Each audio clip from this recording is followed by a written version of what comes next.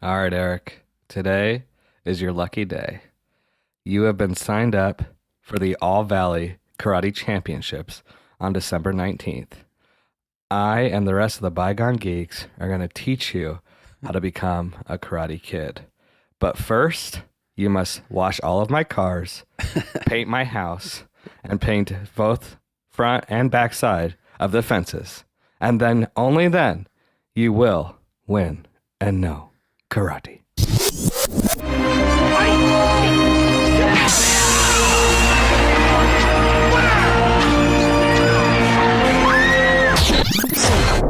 Well, this is it, folks. I'm going to issue an apology right out of the gate. If you thought we got a little crazy on Best of the Best, here's another karate movie.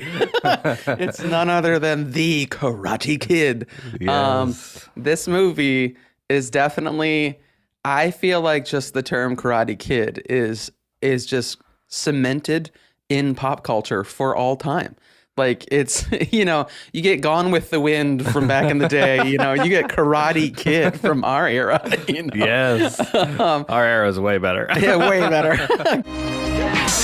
Johnny scared the crap out of me as a kid, but I still at the same time knew he was cool. Like to introduce him with that red leather Cobra Kai jacket, and he's wearing like the black, what is that called? I'm having a David moment. Like a it's headband? not a headband. There you go. I was like, it's not a bandana. But like he just looks. His memory's already slipping. You're rubbing off on me. Well, after all, we are talking about a movie from 1984, so that's it's practically a silent film after all.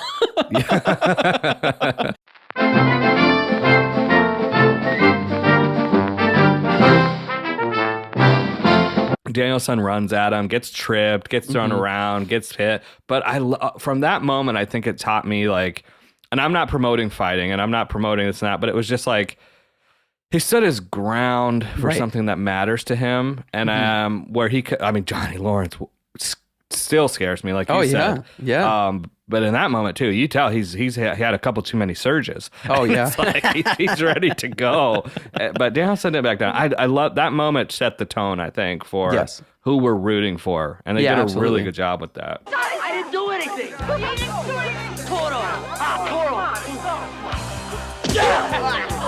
We talk about intensity with Johnny Lawrence. Rewatching it now, dude, my everything clenched in my body when Danielson opens the door and Mr. Miyagi just looks back at him like, "Don't come in here." Yeah, this isn't your place. Yeah, and I was just like, "Oh, yeah, okay," because all those scenes I remembered of Mr. Miyagi were like cuddly bonsai trimming guy. You know what I mean? Like bonsai.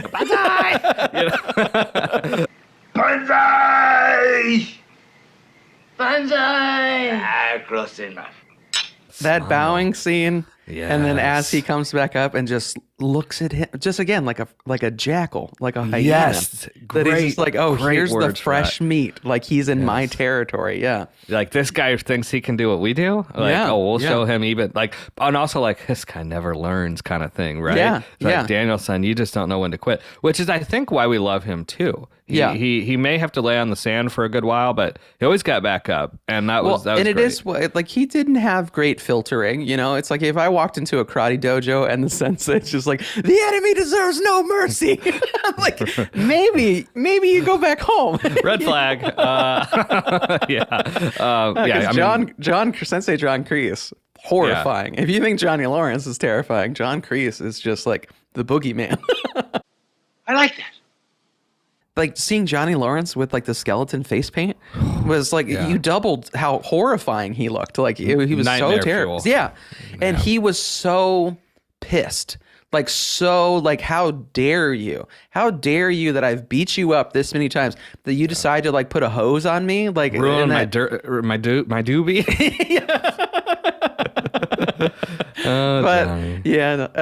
But I feel like that particular scene, that even though we got to see Mr. Miyagi kind of lend this helping hand and step into a protector role a little bit with training him from that first scene to that second scene, to see him scale that fence and then suddenly in the shadows with the mist in the air, typical 80s, like sort of like this is an intense moment. Yeah. But like he handed them their butts like very easily.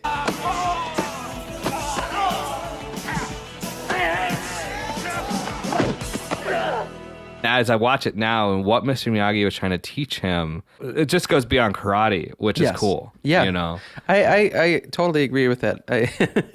And even in the simplest form, it goes beyond karate. It goes all the way down to carpentry and painting and sanding Yeah, and car landscape. maintenance, landscaping. He did, I will admit, watching it as an adult, I'm like, oh, he's not only did he beat up minors, but he's also really testing child labor laws. Yes. Scout was like looking at me like, when is he actually going to teach him? And I'm like, he is teaching him. But after the whole, like the way he would say things like, I painted this fence, front side too, or something like that. I was like, oof. Yeah. Throw him a bone here. Yes, seriously. Wax on, wax off. Wax on, wax off, wax on, hat. Wax off, hat. Concentrate.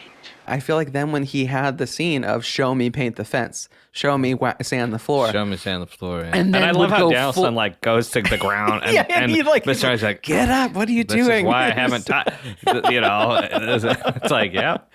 But like then when he throws full punches at him, like, and is not pulling them, and Daniel-san has this like, I feel like he has this like Neo in the Matrix moment. Like, he's like, I know Kung Fu. I hope the YouTube is just you and I going,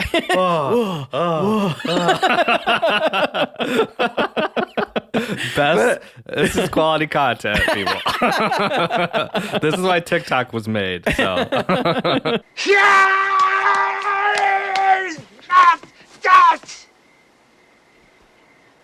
I don't want to hurt someone.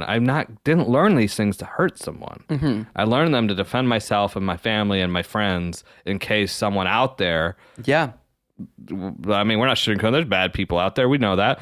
But it's like you're not looking for them. Right. You're not looking for a fight. But when the stuff happens, you can defend yourself. And unless they kill your dog and they take your Mustang, then it's a whole different ballgame. Yeah, John Wick's on a whole nother level. We talked about Keanu Reeves too. Like I could see, there's rumors of him being wanting to be a Batman, an older Batman. An old Batman, yeah. In a weird world, like a multiverse, it would be cool to see Keanu Reeves as a sensei, as a karate teacher. I could see that. Who also gets called back into the fight though, and has a couple of just scenes where he kicks butt. Yeah. Agent Smith, Hugo Weaving is the other competing dojo sensei.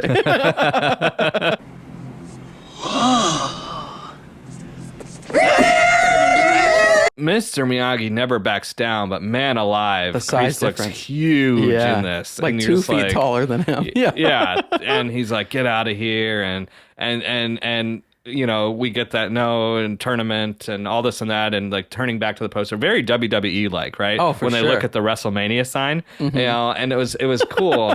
And then the scene, Mr. Miyagi. Yeah. He points. The poster was hanging from the rafters. I remember the scene specifically.